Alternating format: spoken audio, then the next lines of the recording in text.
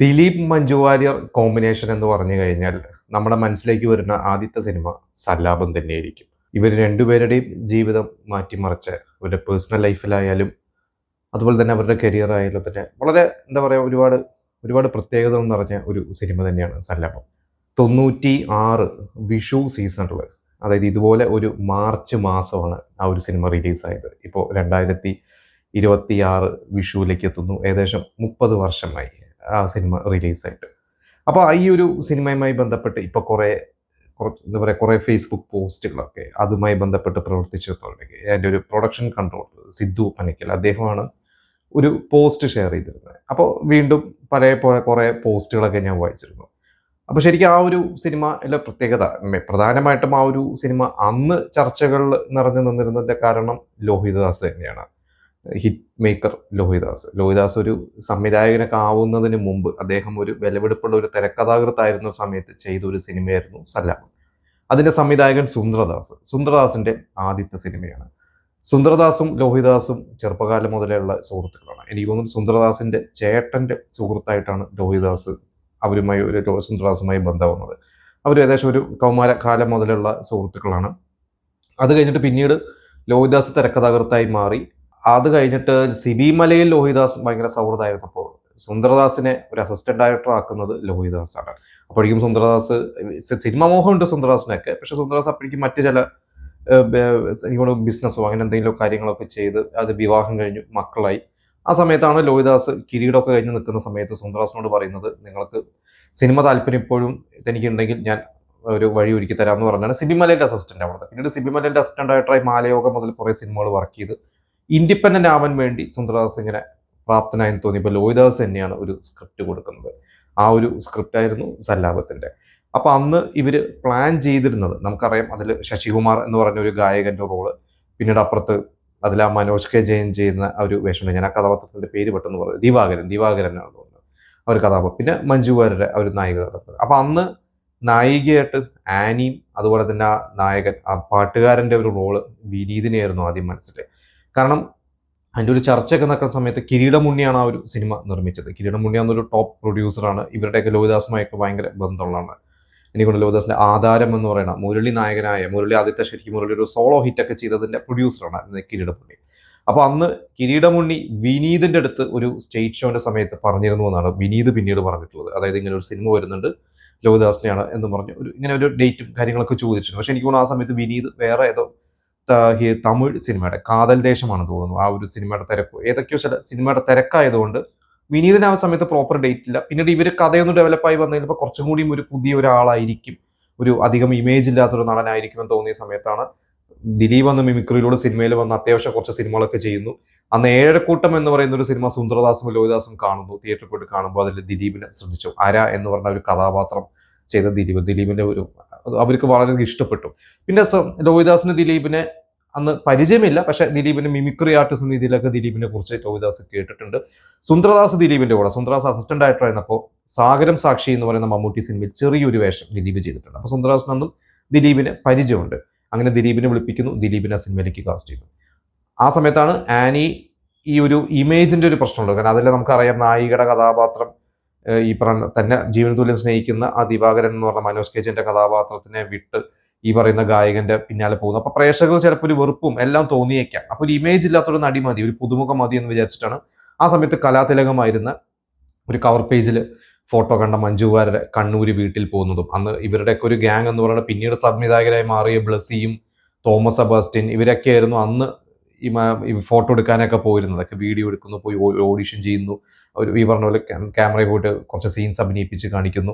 ഇത് കഴിഞ്ഞിട്ട് പിന്നീട് ദിലീപിനെയും മഞ്ജു വാര്യരെയും ഒരുമിച്ച് ഷൊർണൂർ ഗസ്റ്റ് ഹൗസിൽ കൊണ്ടുവന്ന് രണ്ടുപേരും ഒരുമിച്ച് നിർത്തി കുറേ സ്റ്റിൽസും സീൻസും ഒക്കെ എടുത്ത് അങ്ങനെയാണ് ഫിക്സ് ചെയ്യുന്നത്.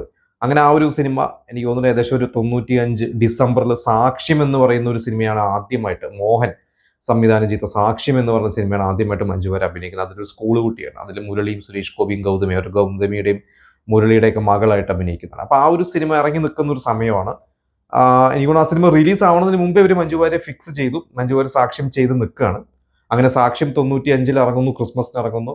അത് കേട്ടാണ് ആ ഒരു 5 അവസാനം 96 തുടക്കമൊക്കെ ആയപ്പോഴാണ് ഈ പറഞ്ഞ സല്ലാപത്തിന്റെ ഷൂട്ട് തുടങ്ങുന്നത്. അങ്ങനെ ദിലീപിനും അതൊരു വലിയൊരു എന്താ പറയുക, ഭയങ്കര പ്രതീക്ഷയോടുകൂടി ദിലീപ് അതിൽ അഭിനയിക്കുന്നു. ആ മറ്റേ റോള് ചെയ്യാനായിട്ടും ആദ്യം ഇവര് ബിജു മേനോനെ ആലോചിച്ചിരുന്നു. മനോജ് കെ ജെനെ ബിജു മേനോൻ രണ്ടുപേരെയും ആലോചിച്ചിരുന്നു. ബിജു മേനോൻ അന്ന് സത്യഭാമയ്ക്കൊരു പ്രേമലേഖനം എന്ന് പറയുന്ന ഒരു സിനിമ അഭിനയിച്ചുകൊണ്ടിരിക്കുകയാണ് രാജസേനന്റെ. അപ്പോൾ ആ ഒരു സിനിമയുടെ ലൊക്കേഷൻ പോയി കണ്ടപ്പോൾ ബിജു മേനോൻ പറഞ്ഞു, എനിക്ക് ഹരിഹരന്റെ ഒരു സിനിമയുണ്ട്, ഹരിഹരൻ MTയുടെ ഒരു സിനിമ, അതിലേക്ക് ഒരു ഡേറ്റ്സ് കൊടുത്തിരിക്കുകയാണെന്ന് പറഞ്ഞു. ബിജു മേനന്റെ ഡേറ്റ് അപ്പോൾ കിട്ടില്ലാതായപ്പോഴാണ് ഇവർ മനോജ് കെ ജെനിലേക്ക് പോയത്. അന്ന് ഹരിഹരന്റെ സിനിമ പിന്നീട് സംഭവിച്ചില്ല എന്നുള്ളതാണ്. ബിജു മേനൻ അതൊരു വൻ നഷ്ടമായിരുന്നു. പിന്നീട് ബിജു മേനൻ പറഞ്ഞതായിട്ടൊക്കെ ഞാൻ പലയിടത്തും വായിച്ചിട്ടുണ്ട്. ആ ഒരു നഷ്ടം മാറാനായിട്ടാണ് പിന്നീട് കുടമാറ്റം എന്ന് പറയുന്ന സിനിമ സുന്ദരദാസ് ചെയ്തപ്പോൾ അതിൽ ബിജു മേനോൻ ചെറിയൊരു വേഷമാണെങ്കിൽ, ചെറുതല്ല എങ്കിലും ആ ഒരു 3 നായകന്മാരിൽ വിജയരാഘവനും ദിലീപും ബിജു മേനോനും ആ 3 പേരിൽ ഒരാളായിട്ട് ബിജു മേനൻ അഭിനയിച്ചത്. അപ്പോൾ അങ്ങനെ സല്ലാപം ഷൂട്ട് തുടങ്ങുന്നു. കലാഭവൻ മണി എന്ന് പറഞ്ഞ ഒരു നടൻ അതിലൂടെ വരുന്നു. അങ്ങനെ ഒരുപാട് പ്രത്യേകത നിറഞ്ഞ ഒരു സിനിമയായിരുന്നു. സല്ലാപത്തിന്റെ ഷൂട്ട് നടക്കുമ്പോൾ തന്നെയാണ് ദിലീപിന് സ്വപ്നലോകത്തെ ബാലഭാസ്കരൻ എന്ന് പറയുന്ന ഒരു സിനിമയിലേക്ക് അവസരം ലഭിക്കുന്നത്. അന്ന് ഇതുപോലെ തന്നെ രാജസേനൻ ജയറാം ഹിറ്റ് കോമ്പോട്ട് നിൽക്കുന്ന സമയത്ത് അവരൊരു സിനിമ പ്ലാൻ ചെയ്യുന്നു. എല്ലാം വിഷുവിന് റിലീസ് ആവണം എന്നിട്ട് നിൽക്കുന്ന സമയത്താണ് സ്ഥിരമായിട്ട് രാജസേനന്റെ സിനിമകൾ അഭിനയിച്ചിരുന്ന ഒരു നടനെ അതിൽ ജയറാമിന്റെ ഡ്രൈവറുടെ വേഷത്തിലോട്ട്, എനിക്ക് തോന്നുന്നു അതിൽ കൃഷ്ണൻകുട്ടിയോ ഗോവിന്ദൻകുട്ടിയോ അങ്ങനെ എന്തോ ഒരു കഥാപാത്രത്തിന്റെ പേര്, ആ ഒരു റോളിലോട്ട് വിളിക്കുന്നു. അപ്പോൾ ആ നടൻ ആരാന്നുള്ളത് എനിക്കറിയില്ല. കാരണം ഞാനിത് പല സ്ഥലങ്ങളിൽ വായിച്ച ഒരു അറിവാണ്. ആ സിനിമയുടെ പ്രൊഡക്ഷൻ കൺട്രോളർ ഒരിക്കലും ഒരു ഇന്റർവ്യൂവിൽ പറഞ്ഞ ഒരു ഓർമ്മയൊക്കെ വെച്ചിട്ടാണ് ഞാൻ പറയുന്നത്. അദ്ദേഹം പറഞ്ഞ സ്ഥിരമായിട്ട് രാജസേനന്റെ സിനിമയിൽ അഭിനയിക്കുന്ന ഒരു നടൻ ആ വേഷത്തിൽ വിളിച്ചപ്പോൾ അദ്ദേഹം കൂടുതൽ പ്രതിഫലം ചോദിച്ചു. എനിക്ക് തോന്നുന്നു അന്ന് ഏകദേശം അദ്ദേഹത്തിന് 50,000 രൂപ കൊടുക്കാം ഇവർ ഏറ്റിരുന്നു. പക്ഷെ ആ നടൻ അന്ന് 1 ലക്ഷം രൂപ എന്തോ ചോദിച്ചു. ലാസ്റ്റ് പ്രൊഡ്യൂസർ 75,000 വരെ കൊടുക്കാമെന്ന് പറഞ്ഞിട്ടും, എനിക്ക് എക്സാക്ട്ലി ഇപ്പം എനിക്ക് കറക്റ്റ് എമൗണ്ട് ഓർമ്മയില്ല, എങ്കിലും ഇവര് പ്രതിഫലം ആ നടൻ കൂടുതൽ ചോദിച്ചുകൊണ്ട് ആ നടനെ മാറ്റിയിട്ട് പകരം ആര് എന്ന് ആലോചിച്ചപ്പോഴാണ് അന്ന് ദിലീപിനെ ചിന്തിച്ചത്. അപ്പോൾ ദിലീപ് അന്ന് ഓൾറെഡി സല്ലാപത്തിൽ നായകതുല്യമായിട്ടുള്ളൊരു വേഷം ചെയ്യാറ്.